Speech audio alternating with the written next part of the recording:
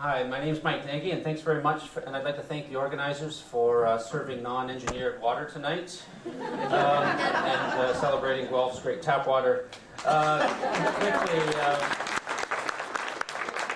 the industrial food complex has been in charge of our system for decades now, and since then, soil qualities have gone down, water qualities have gone down, nutrition in our food has gone down, toxicity in our food has gone up, fossil fuel increases, seed rights have gone down, social justice rights have gone down, and obesity rates have gone through the roof.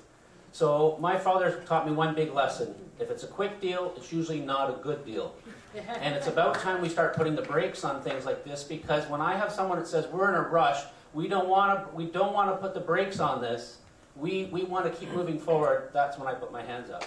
So I have a question for Dr. Clay Palmer, and I have no trust anymore in Health Canada because it's been compromised by the finances.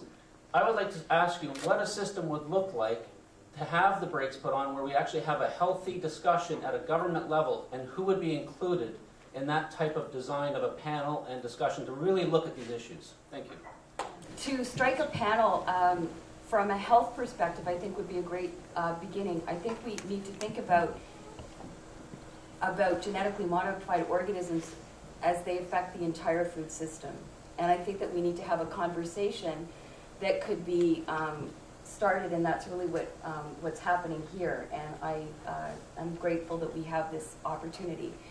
And I think that if we're thinking about real sustainability, that we need to be engaging with human health issues, but we also need to be thinking about economic health. We need to be thinking about the well-being of our farmers, the people who produce our food. I'm really distressed that we're talking about scientists and we're not including our farmers. They're agroecologists, and they have so much knowledge that we need to be preserving about how to grow food. I think that they absolutely would need to be at the table as part of the conversation.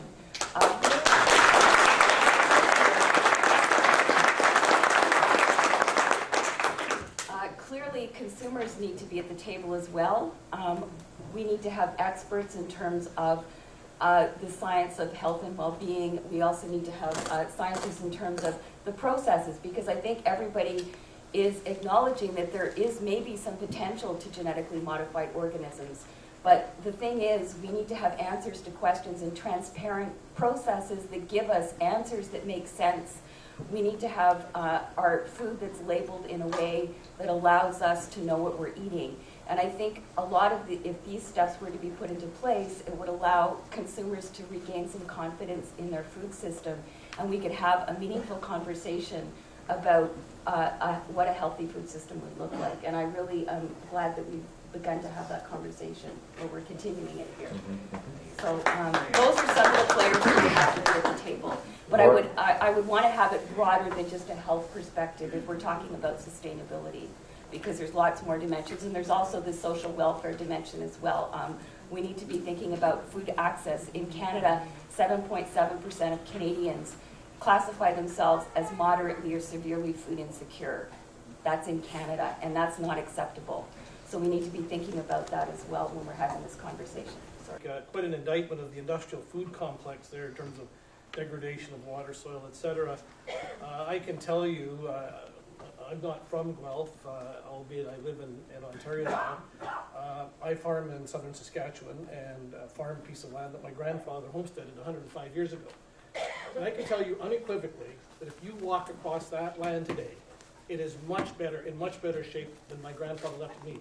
Not that he didn't want to leave it well, but he went through the 30s where we had these tremendous dust storms, and the organic tilth of that soil was about the same as a fence post. I can walk across that land today with blindfolded. I don't need an organic sampling of the soil to tell me how much better that tilth is. We don't have to turn our lights on in the spring to drive past that farm because there's such a dust storm. And why? Because of things like conservation tillage, because of modern synthetic pesticides, because of genetically modified crops. And yes, they're not a silver bullet, but I tell you, they have a lot to offer in terms of protecting the environment. And it bothers me that we divide this farmer again. As Bill Gates said, you can have productivity and sustainability. I would argue the farmers that farm where I farm are I would argue they're the original environmentalists. I mean, they want to leave that farmland in the same shape for the next generation as they took it on. In terms of a panel, I'm old enough that I was around in the early 90s when the government struck the first National Biotech Advisory Council panel before any product was commercialized. At that time, we recommended to the minister, you better engage the public, because this technology is pretty earth-shattering, pretty novel. I can tell you what, when they would call meetings like this, nobody turned out. It was subsequently replaced by the Canadian Biotechnology Advisory Committee. Once again, it was disbanded, and I know Mr. Lariotti has raised the notion of that.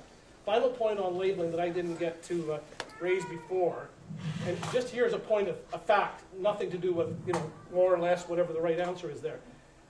2 points there. First of all, the poll showing where the public are on this is interesting because the reality is our polling shows that, believe it or not, after 15 years, the average person still doesn't know much about the term plant biotechnology, and we've seen the different words used tonight. Use the mic. Point number one. Point number two is, by law today, and we support this, there is mandatory labeling for health issues, allergenic issues, whether it's GE crop or not GE crop, there are mandatory labeling issues. Secondly, as it relates to genetically modified crops, there is consumer choice through labeling standards, albeit voluntary. I was on as were the Organic Council back 7 or 8 years ago when we went through this whole debate about labeling of GE or non-GE, and it was through the Canadian General Standards Board, an arm's length outfit of government that came up with these criteria. Have they been used? Maybe not, but they're there, and of course, ultimately, for the consumer who wants no GMOs, there's the organic designation as well. Thanks, so as a point Lauren. of fact, there are label laws in the country already. Thanks, Lauren.